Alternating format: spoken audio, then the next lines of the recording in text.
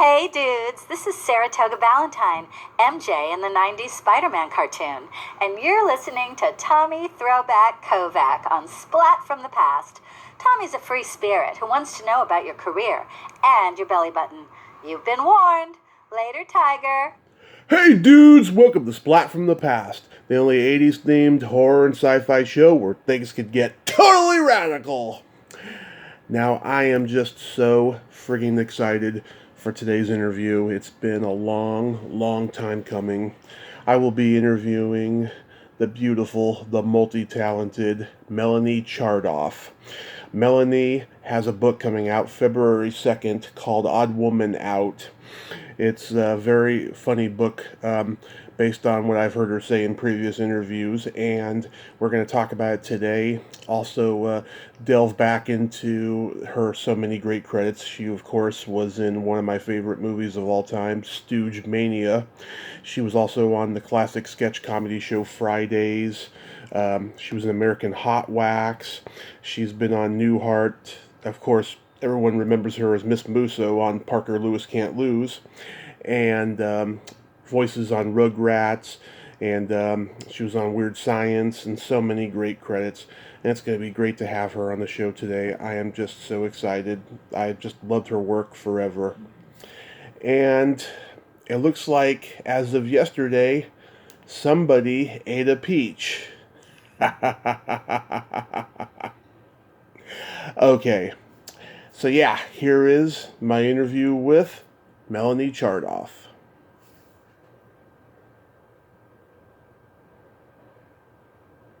Hey Melanie, welcome to the show. How are you today?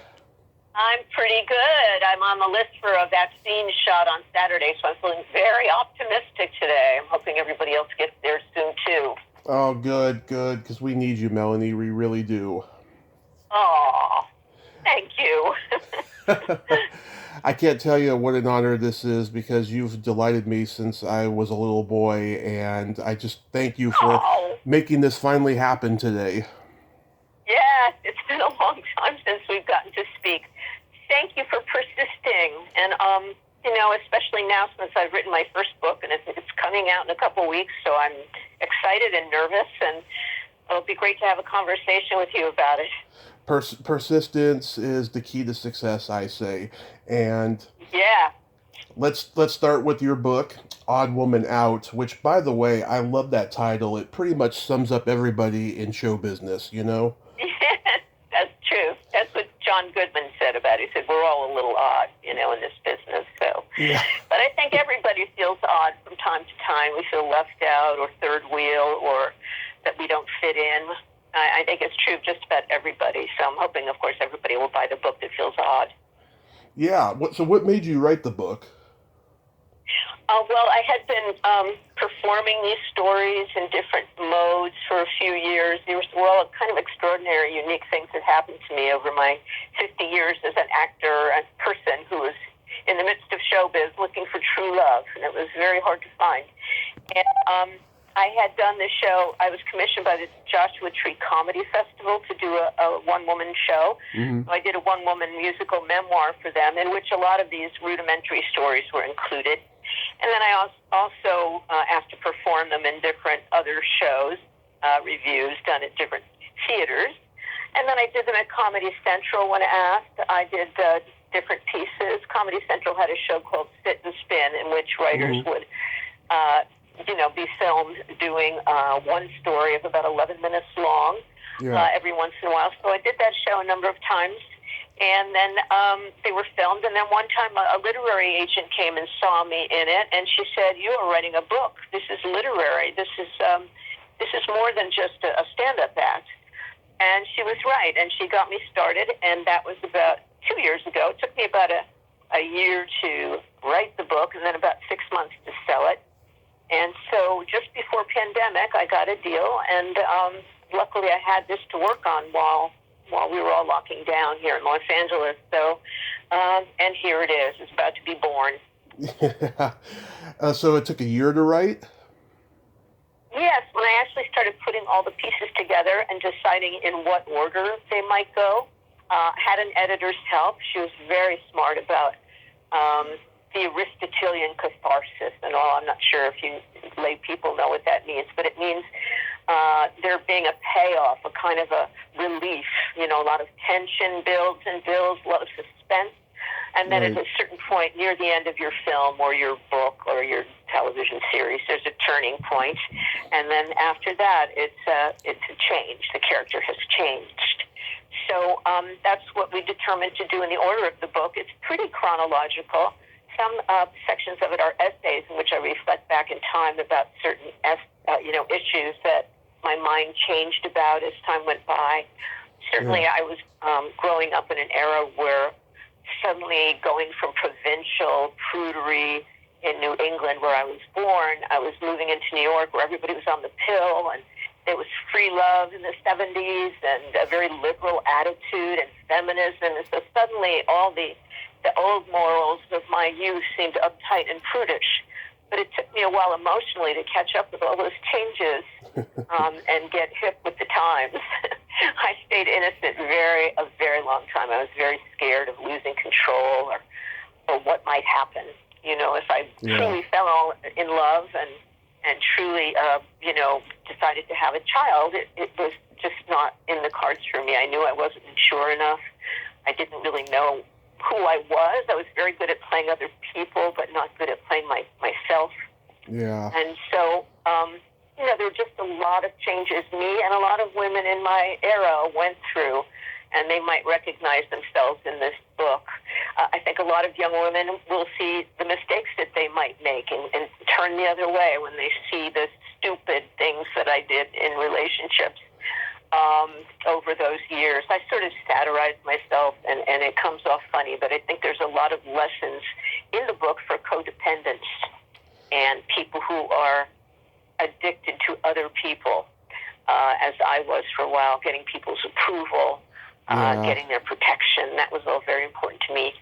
So I think I cover a lot of those sorts of subliminal feelings. It's pretty intimate in parts, the book, where I take people inside my thinking and thinking about how crazy my thinking seemed. So I think it's educational in a way, and I think it will give singles of any age hope that it's never too late to learn to love, yourself and another person too. It's never too late. There are lessons to be learned until you drop. Yeah. Hoping that's what people take away. Yeah, codependency is a big issue in my family. I was watching your Zoom interview with Sandy Weiner the other day, and I could relate. Yeah. I could relate to a lot of what you said about trying to figure out who you were and manipulating men. I was a nightclub bouncer for years, and after a while, I was only doing the job because of the one night stands, and I in hindsight, I realized I had a problem, and it's a very common human aspect of life. I feel. I think it's universal. Everyone has addictions like that.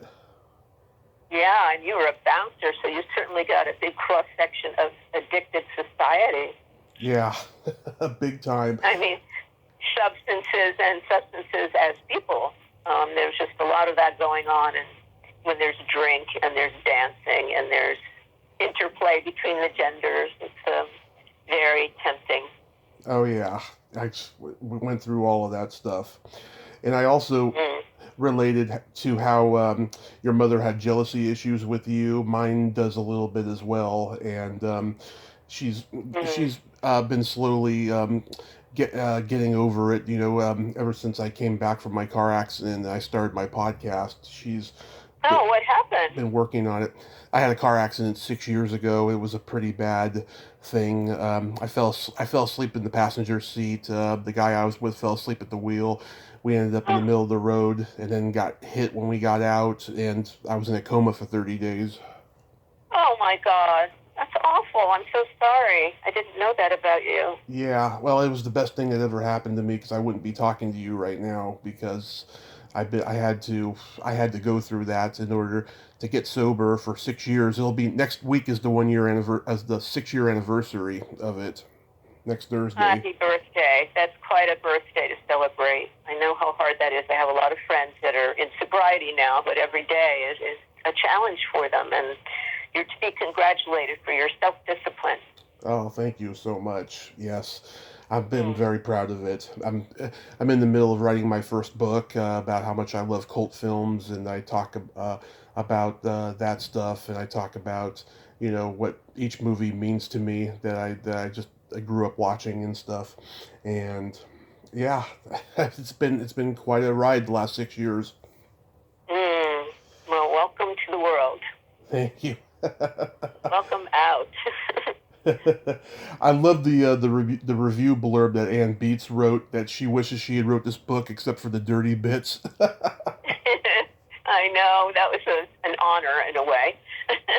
Yeah, They're not dirty, they're just honest. Let's face it, if you read it, I want to let you know that it is not titillating or dirty, but it is racy. It's not vulgar, but it is a little racy. That's just a warning in advance. I'd say PG-16. oh, not offended by any means of any raunchy humor. I did stand up for 10 years, so I know all the humor. Yeah, Yeah, stand-up's a tough road. I did it for a while, too. It's a tough road. I know. I wanted to ask you about that. Like, what made you get into stand up? Well, I was doing a Broadway show, a Moliere play with the young Vic, and I was asked to audition for the new Laugh-In that George Schlatter was doing, and this was in the 70s. Mm-hmm. And he was casting for talent in New York. And so my agent at William Morris said, can you throw a few of your songs together? I wrote comedy songs. I still use them from time to time. And go on at the Improv Club. And I did. And I didn't get that job. He gave me a lot of encouragement. But I was encouraged to keep doing it. Bud Friedman really liked having a girl amongst all the tough guys and gals who were starting out in stand-up. And he liked the musical element. So I continued. I continued to hone it for years. I would moonlight after, this Broadway show. Mm-hmm. And then later when I first started coming out here, Bud Friedman said, go on at the LA Club. I'm out here now. So my first night in LA, I started, and I did it for the next 2 or 3 years until I was asked to audition for this television show, which was a late-night comedy clone of Saturday Night Live called Fridays. And when I got that job, I sort of put the improv clubs behind me, except to go and visit from time to time and see other people. I didn't think I was that great a joke writer, frankly. My characters were very funny. But, Fridays brought me into a whole other echelon, and I thought to myself, I didn't really enjoy hanging out with alcoholic people after my shows. And there was a sort of a strange element. It was a very competitive scene. And, you had to stay up till 2 in the morning sometimes, to get a good slot. I usually open or closed. Sometimes after Robin Williams, which was one of the most difficult positions I've ever been in. The audience was so exhausted from laughing at him that sometimes I just get some of their leftover laughs. But they were tired. Yeah. So that was a hard slot. But usually I'd open with a band. I had a band. And at a certain point, I would sing a really happy rock and roll song. Then I'd say, wait a minute, that's not true. That's not true. And then I'd dismiss the band and then just tell piteous stories, from these different characters' points of view. So then I just didn't do it anymore. After that, I was more interested in being a good actor.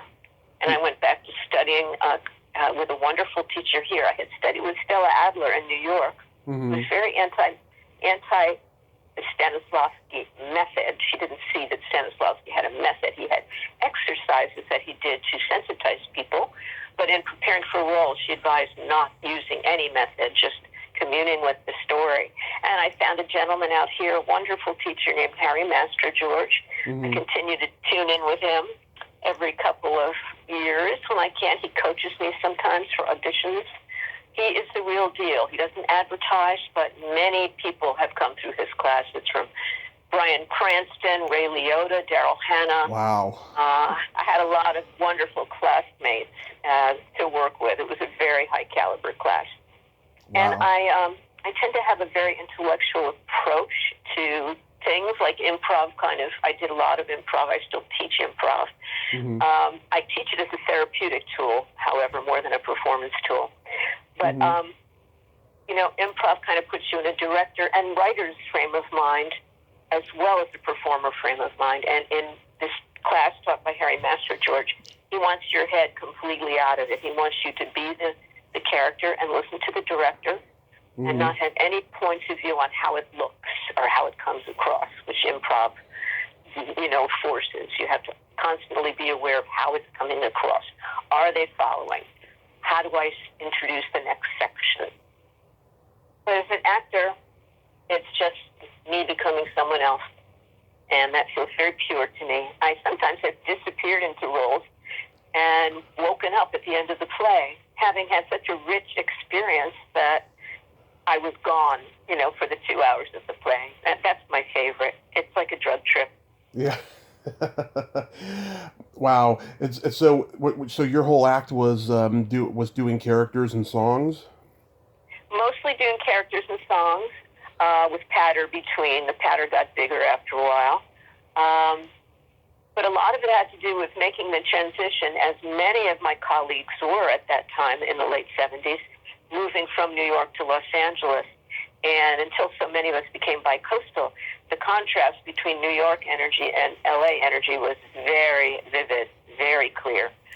So a lot of us were doing stuff about the differences we were experiencing. LA just seemed like everybody was so beautiful and everybody was happy and calm and the weather was so gorgeous, as opposed to life in New York where we had severe winters. Yeah. People wore black and people were self-defensive on subways and public transportation. They weren't warm and friendly, cruising around in their cars, isolated as we were here in Los Angeles. So there was a lot of contrast. A lot of us went through that. I know that some of Larry David's early material was about being a New Yorker, and then it transitioned into living here, and now it's just a big schmear, a bi-coastal mess. Yeah. Both cities, at some level, seem to have merged in terms of our artist energy anyway. If you can afford to live in both places, it was a great privilege to have. I went back often because I missed the theater and I wanted to see my mom. I went back often, and I had a little crummy apartment there and had a little crummy apartment here in Los Angeles, and both places balanced me out, my particular complexity and hunger. And I did a play there, and then I'd come back and do some television here. It felt really like a great balance for a while. Wow. Did you? Yeah, it was the ideal. Yeah, I mean that was a magical, revolutionary time for comedy. New York. I mean, there was Catch a Rising Star. Did you go there a lot? I did, although I was not as much of a monologist as kind of a musical theater review kind of performer as I did music and stuff. And Rick Newman, he liked me, and I had my 5 minutes of television type material that I might get to do on a talk show. But he didn't have a pianist. He didn't have really room for musicians. So I tended to stick close to the improv. Yeah. When you moved to LA, did you perform at the Comedy Store? I did a couple times. I was one of the first female performers in the Belly Room, which Mitzi opened to give women a voice. The Belly Room continued for quite a long time. But I didn't go on that often. I really found that my truer love was acting. And that was what I wanted to pursue. I wanted to be on dramatic shows and comedy shows. I wanted to do it all. And I got to do a lot of it so far. Right now we're on shutdown, so I'm doing Zoom plays. Yeah. And then interviews with guys like you, which is great, to break up the isolation of the day. Oh. And so I hope to do an internet series or something when things pick up a little. We're in lockdown here in LA. It's been very scary. Now a lot of people are catching it, having no idea where they got it. So I've just been sort of shut in my house and see my husband every evening, which has been a great consolation. I'm pretty not much with everyone else. We don't know what's next. We don't really know what's next in our business. It's radically changed. I know. I was going to shoot a pilot for my own horror movie show that I was independently making, and it got delayed for the second time last year. I got offered a movie role 2 years ago, and I was waiting for the financing of it, and that got shelved. I mean, it's insane, but I think by next year, early next year, we should be okay. I certainly hope so. I miss other actors and other people altogether. There's a good story. Oh, sorry. I have so many that's all right. I have so many unhugged hugs in my heart. I mean, I just hope hugging doesn't go out of fashion because there's so many people I miss hugging. I want to hold them and smell their hair and look into their eyes and cry. I mean, I just am hungry. I think we all are for that kind of contact again. So I hope we'll be allowed to do that when everyone has hopefully gotten herd immunity. And I'm hoping, yes, I think a year from now, as you say, things may have eased in terms of our paranoia on contact and stuff. Yeah, I miss hugging people too. It's like we're living in a Twilight Zone episode or a Dr. Seuss story waiting to happen or something. It's just, it's weird. Yeah. I remember a story you told in an interview once where you said you were doing a play and there was a stage malfunction and everyone got hurt. Well, a lot of us didn't get that hurt, but some really did get hurt. That's in my book. It's called Via Galactica, Road to the Stars. It was my first Broadway show, and unlike the whimsical, ingenue and juvenile musical theater of my history, this was a cutting-edge, bleeding-edge rock opera, science fiction rock opera, starring Raul Julia. It was opening the brand new Uris Theater, which was the first new Broadway house in 100 years. This is in 1972. Mm-hmm. I had just gotten out of college, and I was so fortunate to get into this show. We had a British director named Peter Hall, who became Sir Peter Hall a few years later, the director of the National Theater. And he's the late father of Rebecca Hall, who's become quite a renowned actress. Mm-hmm. But anyway, the technology just dwarfed us. It was bigger than the story. And on a preview night, we were trying out the equipment, and we climbed onto this kind of fire escape staircase that was going into the underside of an enormous rocket ship, which we had built to escape the Earthlings who were coming to kidnap us. Yeah. And as the orchestra for the first time was playing this wonderful anthem called New Jerusalem Shall Rise, which is about a place that we all could go, all as independent revolutionaries, the winches pulled out of the ceiling, and this entire fire escape mechanism with 40 people on it fell through the stage, fell through the stage, and fell over in the bowels of the theater. And people were screaming and crying. I think I was unconscious for a few minutes. But fortunately, I had only gotten bruised hands from grabbing onto the banisters. But there were children on it, like little Ralph Carter, who became a sitcom star. Shortly after that, he fled to L.A. And a lot of us left the show, walked out. Some of us stayed, who were ambulatory. I had a cane for the rest of the run, which was not long. I think the show only ran 2 weeks. It had some big houses because it was a curiosity. People wanted to understand what was this thing. The equipment was tested. There were fewer people on this staircase thereafter, so that never happened again. But it was kind of like what you heard about Spider-Man, the musical, that had its kind of opening on Broadway a number of years ago, and there were a lot of accidents, and people dropped who were flying across the stage were dropped. There were a lot of injuries. So to me, it was very disheartening because I had so loved Broadway because it was so alive, and to be part of something that was so technological was not my feeling of Broadway. Luckily, I did get to do another Broadway show after that, which redeemed Broadway for me. And I just missed the idea of Broadway. I just hope it gets to open again in a couple of years, and these wonderful actors get back to work.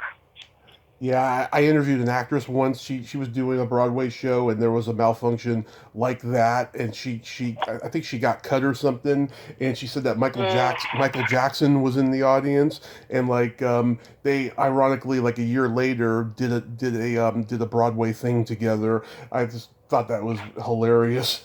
That he had to see didn't get hurt. Yeah, he had to see the malfunction happen, and then that led to a job with him a year later. I thought that was pretty cool. Cool. Yeah. Yes. Well, that didn't happen to most of us. Yeah. I remember when you guest starred on Wonder Woman. Oh, that was so much fun. I was Yeah. supposed to be in me, but I was so thrilled to be working with, with Linda Carter, and Henry Gibson from Laugh-In was on my episode, and Rick Springfield played my boyfriend. It was very hard for me to play the tragedy of my role as a kidnapped Olympic athlete, based on Nadja Comaneci, by the way.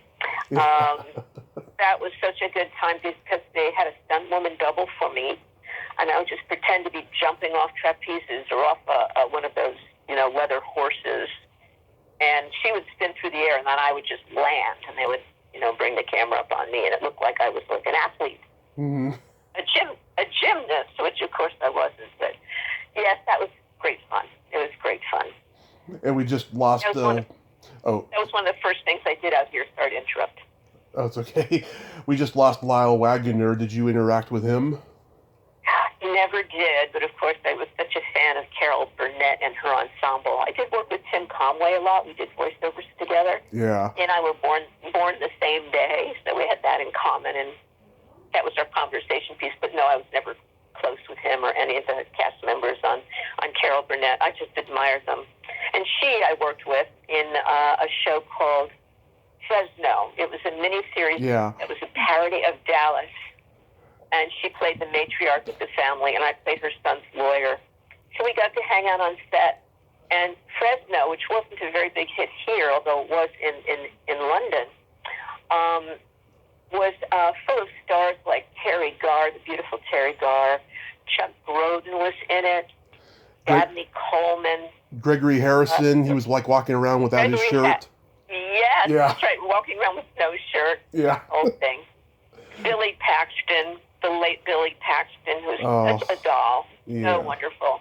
And it was star-studded. And again, a lot of the fun was hanging out with folks between shots as well as the shots. I can't tell you how funny that show was to me. And I was so surprised that they put a laugh track on it, which made it weaker, I felt. I thought it should be presented just like Dallas. Although it was about the raisin industry, which is kind of comical in itself. Don't ask me why. It just is. Raisins are funny. And the murder mystery was that someone prominent in Fresno had been dehydrated and boxed with other raisins. And so I was one of the attorneys called in to help solve this mystery. And I was just an over-the-top character called Desiree de Mornay. I cared more about how I looked in front of the jury than I did about my case. It was just a very vain and kind of narcissistic performance. I was always late to court because I was getting my nails done or some complaint like that. It was a very comical role. And I think in a way that prepared me to do this role called Miss Musso on a show called Parker Lewis Can't Lose on Fox. Yeah. I'll be prepared.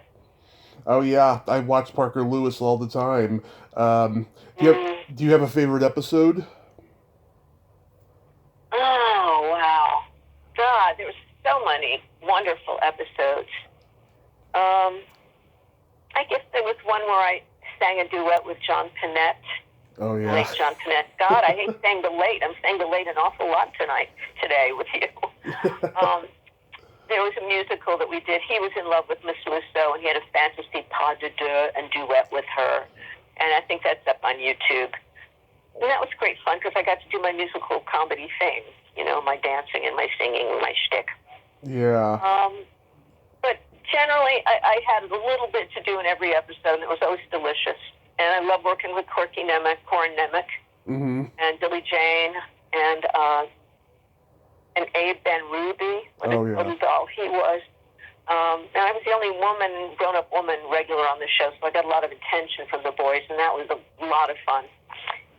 They treated me well. It was a very healthy show as opposed to other shows and musicals I've done that didn't feel like a healthy or safe kind of production. But Parker Lewis was all around a very good time. I was very sorry when it ended. Yeah, I'm supposed to interview the little sister, Maya Bruton, soon. Oh, sure, Maya. I forgot about her. She was fantastic. She's an attorney now. Yes, she is. In New York. Yeah. Yes. And remember about 10 years after I did the show, not 10 years, maybe 5 years after I did the show, I was in New Haven, my hometown. And I went to see a play at Yale, and she was the usher. Really? Lila, what are you doing here? And she was majoring in law and becoming quite a young woman, very strong and assertive young woman. But it was just wonderful to see her again in any context. I was really proud of her. Oh, yeah. Tell her I said hi, please. I sure will. I sure will.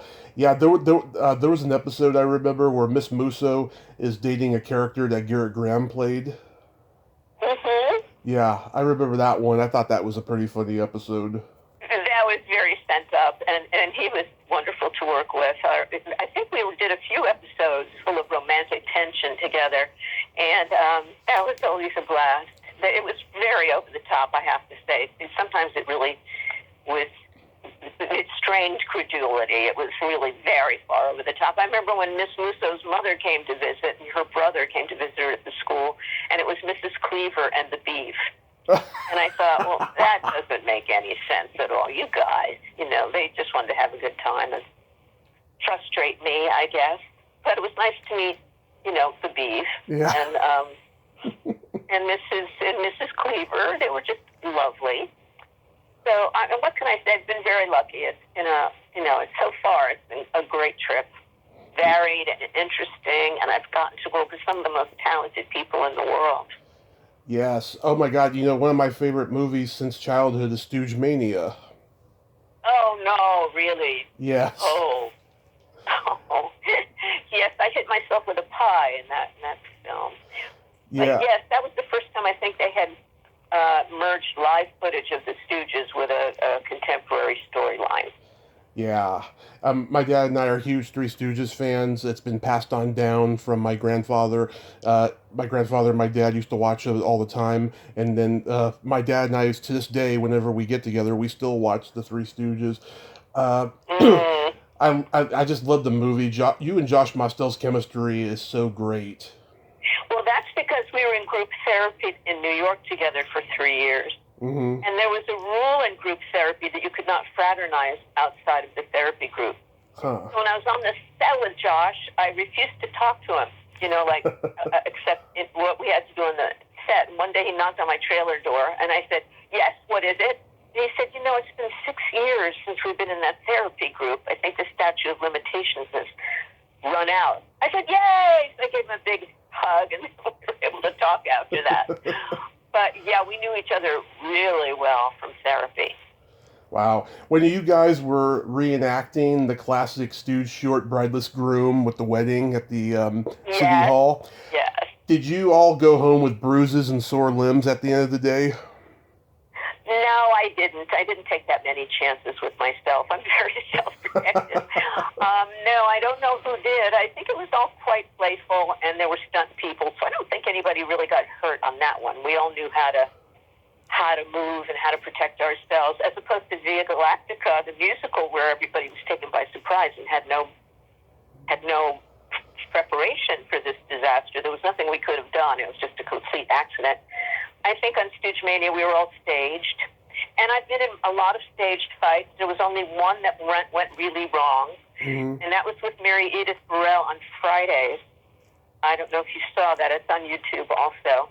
But we were playing a violent family where instead of talking, people just haul off and stalk each other, when they're mad. Yeah. So I was playing the elder matriarch. I was in a white wig and I had little, spinster shoes and stuff. And I was offering to help her. Oh, let me help you with the dishes, dear. I'm not too old to help you. And she kept saying, Ma, leave me alone. Leave me alone. And then I got, into the sink and was trying, and then she stops me. Now, of course, she's supposed to miss me by an inch, and then I was supposed to fall onto this mat, pull myself right up. But in her zeal to get it right on live television, she connected, and she hit one side of my jaw, that side of the jaw went into the other side, and a tooth broke off. And then I tried to follow the blocking after that, where I fell to the mat, face down. And so when she came to pick me up off the ground and said, Mom, I'm sorry, but you shouldn't bother me when I'm washing the dishes. And I looked her in the eyes and I said, well, you shouldn't be so rough on your mother. You could get hurt, And I was bleeding, and she looked terrified. She looked so upset. She was really troubled that this had happened. So I had to go through the rest of the live show, bleeding, sucking down the blood. And then, of course, they gave me a better than ever tooth. But it was kind of maddening because they Bob Urich was on Entertainment Tonight, and they showed a replay of the fight in slow-mo, which looks awful. And he said I was in the wrong because I didn't make eye contact with Mary Edith during the staged fight. But this wasn't a fight. This was me washing the dishes, and she stopped me. So I was very mad at Bob Urich for making me look wrong in this scenario. There was no wrong. It was just a mistake. And we didn't stage the fight that way with me looking at her. So in my own defense, Wow. I just had to say that. Yeah, because I also talked to Mark Holton, who played the guy who thinks he's Curly in the movie, and he told he told me during the pie fight at graduation, a girl got cut in the face. Do you remember that? I do not. I don't think I was told about it. Yeah, the director told this guy to go throw a pie in this girl's face, and he forgot to take it out of the pie tin. It had sharp edges, and it cut her face. Yeah. Oh, that's horrible. No, you don't use a tin with a pie fight. You just use a handful of, like, crust with whipped cream in it. I mean, we all know that. Yeah. Everybody knows that. Yeah. But I did have one experience in which I hurt myself pretty badly. My husband and I got married a few years ago. We decided we would travel internationally every year. We haven't gotten to do it, of course, this year. But we went to Greece. And the final night of our tour, we were taken to this very traditional Greek restaurant where they had the guys dancing and playing the balalaika and teaching us to dance. And they were breaking these plates over their heads. And I'm sorry, not over their heads, but on their hips, on their feet, on their knees. And so since I had been in a lot of staged fights, like in cowboy movies and stuff, I knew that when they had plates and dishware and bottles, there were always this breakaway stuff. It was like a sugar glass, so that the minute you knocked it against something, it would just splinter into pieces like real glass. So I went up first to do the dance when invited. They invited everybody up one by one to do the dance, and I went up, and smart-ass that I was, I grabbed one of these plates, and thinking it was breakaway glass, I cracked it on my head, and it broke, and everybody cheered. It was hilarious. And then it was the next person's turn. And then I felt like I was perspiring really heavily, so I walked back to my husband at our table, and I said, am I sweating? And he screamed because I had blood, like, pouring down my face.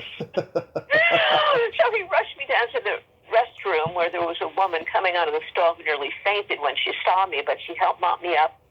And for some reason, it wasn't that injurious. It was just bloody. It was just a place on your head that has a vein. And then Stan said, you better come upstairs quick because people are imitating you. So I ran upstairs with a bandage on, with a piece of toilet paper clamped to my head. And I said, please don't do it. Don't stop. And other people were doing it, and they didn't get hurt. But then they all said, sing a song, Melanie. Sing a song for us with the band. And I had to demur because I was still holding like this bloody, toilet paper on my head. Yeah. So that was one time when a stunt didn't go so well. Wow. Yeah, I've talked to female stunt performers, and they've had it all, broken fingers, broken toes, everything. And I just can't believe that they just go out there and still doing it until they're ready not to do it no more. It's crazy. Yeah. Well, I think there's a real thrill to that profession. The daredevil nature of these people, these women and men, they love the thrill of accomplishing it. I've known some stunt women too. First of all, they're incredible athletes. They are working out all the time. And they love becoming somebody else and doing these, falls off of cliffs and jumps off of cars. And they just really get a thrill out of it. It's their addiction. It is. Yeah. When you were on Fridays, didn't Michael Richards and Andy Kaufman get into a fight on the show? Well, it wasn't real. It was all an improv, actually. We were told before the beginning of the show that night that Andy was going to kind of blow through everything. He was not going to be cooperative, and we should just improvise and stay in character. So I always knew something was up with our last sketch of the evening because it didn't have an ending, didn't have a written ending. So as Andy started rebelling against the material, we all, went with it. And then it escalated. We were told to improvise, and I got more violent. And Michael threw the cue cards at Andy like he didn't know his lines. And Andy threw water in Michael's face or something. And then the crew, which was not in on the joke, leapt onto the stage to defend us. Their faces were all red, and then, of course, they cut to commercial. So it was like a train wreck, and it got us a lot of press. It was the highest ratings we had ever gotten for a show because Andy was on.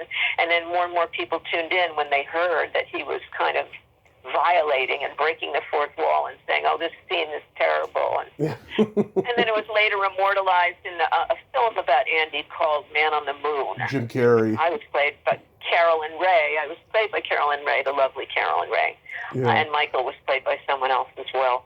We were told we were too old at that point to play ourselves, which was very hurtful. But that's the business. But Danny DeVito's in it. Danny DeVito's in what? He's in Man on the Moon. Oh, was he? Oh, he played my friend George Shapiro. He played Andy's manager. Yeah. Yeah. It's so crazy. Yeah. Yeah. Did you think it was an accurate description of Andy Kaufman? Well, I thought it was a great impersonation. I thought Jim did a great job. It was almost like he went too far with the obsessive nature of Andy. It was almost like it took him over. Yeah, I know. Just like when Faye Dunaway played Mommy Dearest, Joan Crawford. Oh, really? Yeah, she got carried away. Yeah, she got carried away. She was in character all the time. A few people have told me, and she was just very unpleasant to work with on that set.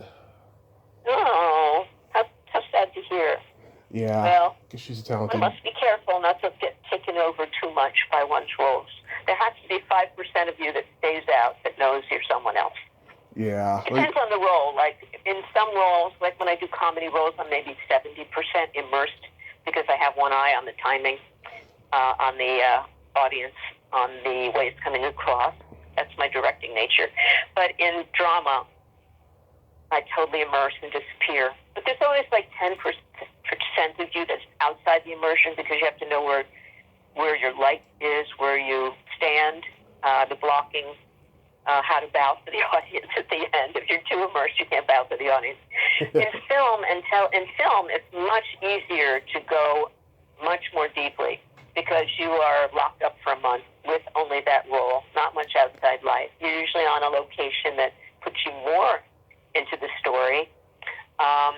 And I think film actors like De Niro and so many who change their appearances. I was watching Kate Winslet last night in a film called Ammonite. Mm-hmm. And she's such a beautiful woman, but you would not recognize this is the same girl. She let herself go. She put on some weight. It is not a vanity role at all. And she was completely in it. You could feel her pain as this character, who's a paleontologist, I think. And her work with Schwarzy Roman was so immersed, there was hardly any dialogue. It was all conveyed with feeling, with eyes, with touches. It was really astounding. I gotta see that. Yeah. Wow. Yeah. What made you get into voiceover work? Oh, I had auditions, and that's how I got into it.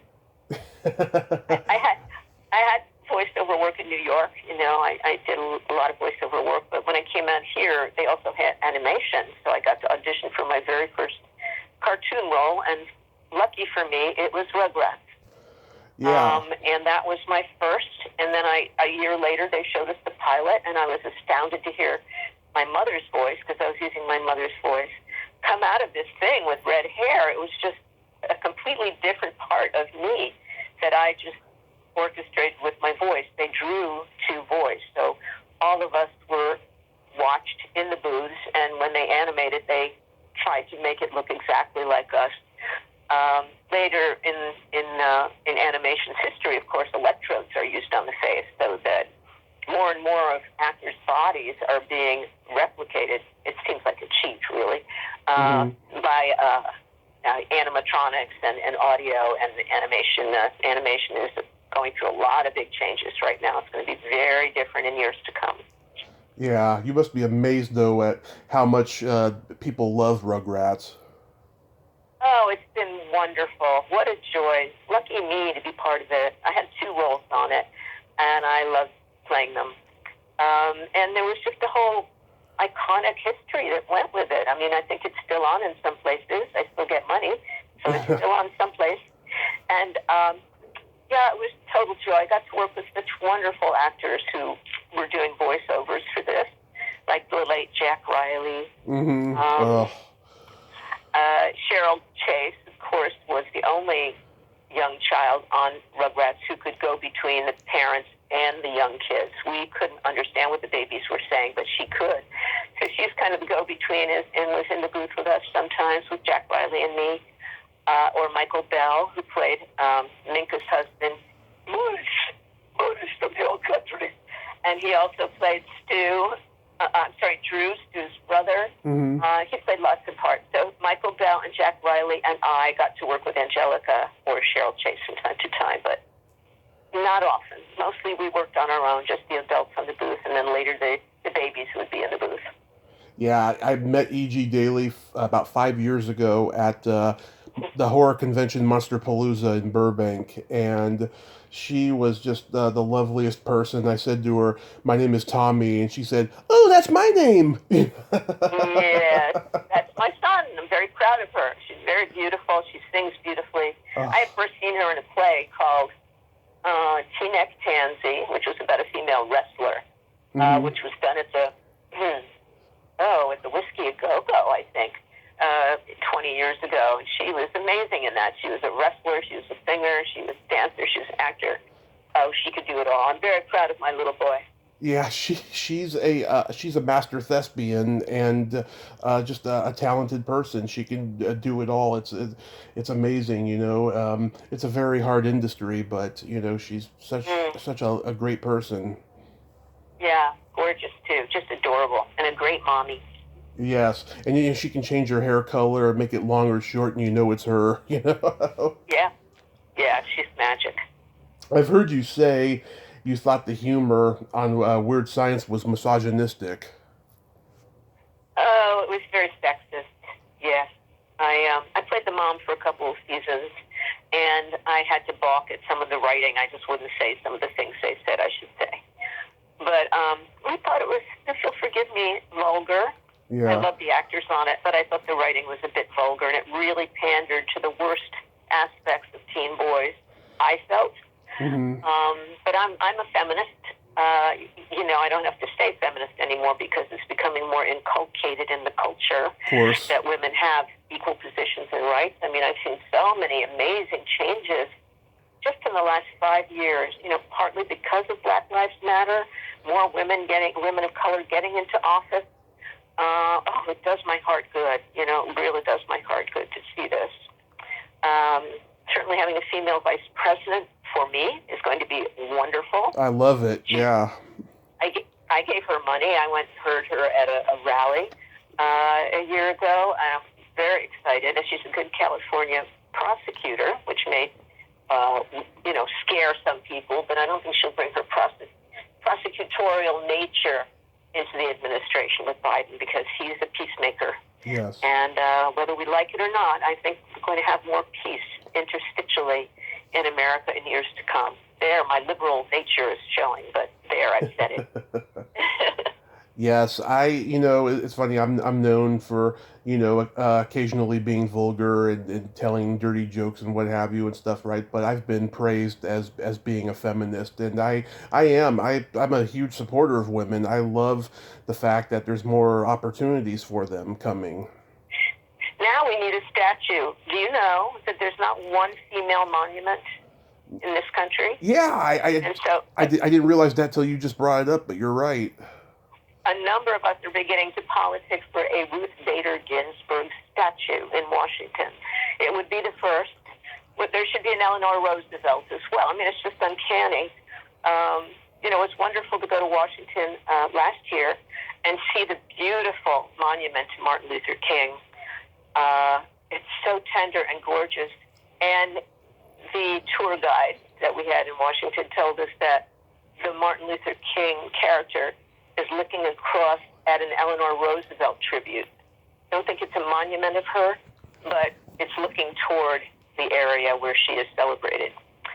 So that made me feel good. It's a beautiful statue if you ever get to go to Washington, D.C. Washington, D.C. is really a gorgeous place. And in that rotunda where so much violence occurred on January 6th, it's such a hallowed hall. It's such a place where you feel the intentions of the framers of the Constitution. You feel the honorable nature of their devotion and integrity and trying to keep this dream of democracy together. It's just I can't imagine anyone violating that room, that beautiful room with such violence and such disrespect for the 200 plus years that we've lived by these rules. Oh, it's just very disheartening. I'm sorry I'm being so political, but it's very much all around me right now. It's very hard to distract myself from what's going on. Oh, that's. When do you air your show, Tommy? Is it going to be very soon or much later? I always upload immediately after the interview's been done and stuff. Oh, well, good. It'll be timely, and maybe I'll be assassinated in the street when I go outside my house. I don't know. No, you won't. Maybe I won't, yes. I just had to say that because it's such a tumultuous time, and we all so much, we that I know want unity and peace and equal rights for all and equal respect for everybody. Absolutely. So here's hoping. Yes, I just hope our jokes and the political correctness thing will go away at least, because I missed that about comedy. I know, it's certainly not as loose as it used to be, is it? No. Oh my God, I remember just, back in the day, I've been watching old Saturday Night Live clips from like the late 70s, early 80s on YouTube, and I missed that kind of humor, of just, women victimizing men, in the sketches. Oh, I love that part. But Yeah. I saw a girlfriend sent me this short piece of film from the 60s, I think it was. I'll just run this by you, because there may have been a time when we all thought this was hilarious, I have to say. In another head, I could imagine laughing about this. But it was like, not a candid camera show, but it was some sort of show where a young woman was brought out, and she was shown two handsome, hunky guys sitting on stools, and she was asked to choose between kissing them, one or the other. Would she mind kissing them? And she said, oh, no. So they blindfolded her, and the two men walk out, and they bring out two chimps, and they put them in the chairs. And the girl's blindfolded, and they said, okay, spin around. Which one do you want? And she pointed to the right. She went to the chimp on the right, who was a kisser, and they start nuzzling, and it starts kissing her. And then she backs away, and the host says, well, how was that? She said, it was different, very surprising. And the woman said, did you like it? And she said, yeah, it's really wonderful. And then she said, take off your blindfold. And when this girl saw that it was a chimp, she was really horrified, and I was horrified to think, we think of germs, and we think of bestiality, and like by today's standards, it was really horrifying and shocking, and I wanted to sort of sue the people that did this, although they may all be gone by now. And they brought out she was a very good sport about it, that girl, and then they brought out another young woman, did the same thing with the two hunky guys, and she chose the other one, and again, nuzzled with a chimp, and the chimp faces were hilarious, because he was doing mugging and making big wide mouth and laughing and then kissing her, and then when she was asked to remove her mask, you could see that she was ill and horrified, and then it was not funny, I don't think, for anybody there anymore. Yeah. But those are the kind of tricks, that we all thought were funny, and now we can't stomach. I know it's a weird time for comedy. Going back to what I was Really? saying before, about that quote that Ann said. I had Ann on the show a few months ago, and I heard, yes, I heard. Oh, you heard it? Thank you. Oh, Yeah. I love talking to her about the classic Saturday Night Live stuff, but I was just shocked at how, PC she is now, because, she was a very edgy, irreverent writer back in those days, and it's sad. She and Rosie Schuster, both. Rosie Great Schuster. writers for Saturday Night Live. And who's the other one? Marilyn something? Yeah. And Meryl Marco? No. Marilyn. I think Marilyn Michaels or something. I think she was Lauren's wife or something. I don't know. No, Lauren's wife was Rosie Schuster. Okay, there was a third girl named Marilyn on the show, but Oh, well, I forget her we'll last. research that. I forget her last name. But yeah, I mean, it's sad, when people of that generation are conforming to the PC culture now. It's like it's not in their heart to do whatever it is they're doing now. Well, we look at comedy now, and it's become a whole other art form. Hannah Gadsby, for example, it's not a funny show. It was a very troubling show. Her statements about the persecution of females and her experience. Dave Chappelle, he's one of my favorites. His shows have gotten pretty serious. And certainly, who's the wonderful guy? He's a writer. Patton Oswalt. I love him. How can you not? He, certainly after his wife passed, he turned a corner and got more serious. But there's a tendency now in stand-up, except for Jerry Seinfeld, who will always be the great monologist. Yes, he will. To begin to bring moving portions into it. It feels like comedy is morphing in some way. You can't go as crazy and risque as you used to, at least not right now. I don't think that Dave Chappelle's trans bits would go over quite so well in the year to come. Mm-hmm. So it's going to be a very different comedy, and I'm looking forward to being part of it, seeing how it evolves. I can't wait to see what happens next in that art form. Yes, we shall see. Yeah. So, Melanie, I have this secret silly game that I like to engage with guests in, and it's fun. It's fun. It's a series of silly slumber party questions, and how it works is I ask you the question, you answer it, and then you ask me the exact same question, and I answer it. Okay, but you know the answers. Well, I don't know your answers, but I know mine. Yes, clearly you have the advantage. Okay, let her rip. And you can comment on answers. Do I win something if I get my answers right? No, we're just relating, having fun. Oh, all right. Well, I will buy a copy of your book, so that's a prize right there. Well, I want everybody to buy a copy. It goes on sale February 2nd. You can download the Audible now. I narrate it myself. And the e-book is also up right now. The book itself won't launch until February 2nd, Groundhog Day.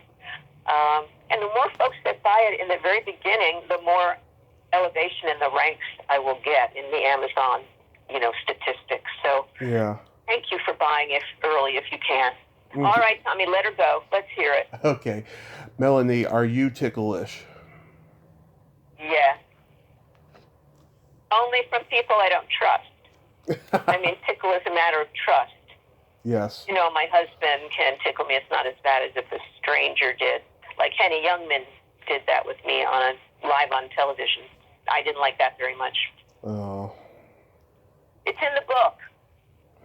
Yeah, that's why he said, "Take my wife, please."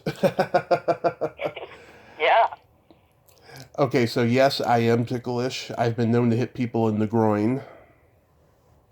I'm that ticklish. You? Oh, wow. Yeah. Groin. Oh, wow. Okay. What is your favorite part of the body? It could be anything. The eyes. The eyes. What is your favorite part of the body? That's a popular one. Mine is the belly button. Oh, you're weird. I hear that all the time. Yes, I am weird. Yeah, it's weird.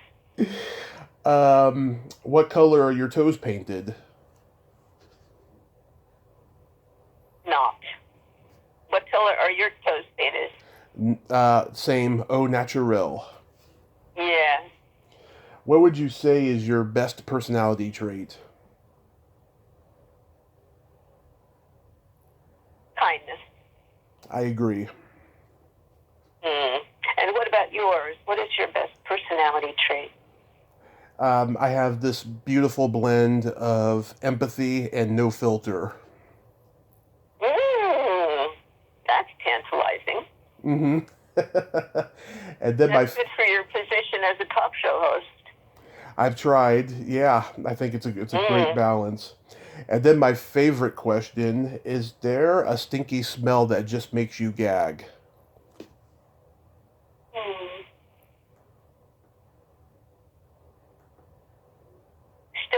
cheese. Yeah. And what about you? What smell makes you gasp or puke? If someone has dirty feet, or if someone passes gas. Okay. Those sound like typical. The classics, as I call them. And then I got a couple jokes for you. All right. What did the elephant say to the naked man? I don't know. Man, how can you breathe through that thing?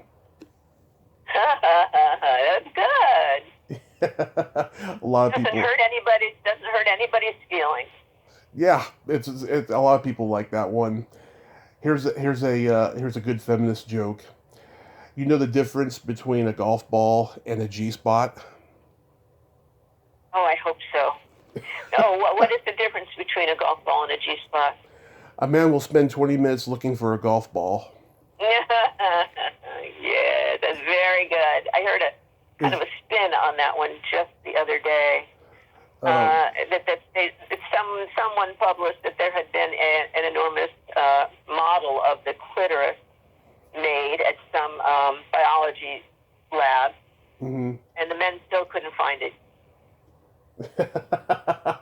That's hilarious. Yeah, I like that one.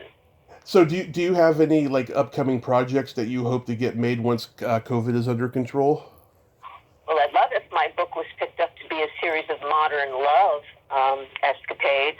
Modern Love is a New York Times produced video series based on the stories in the New York Times of modern love.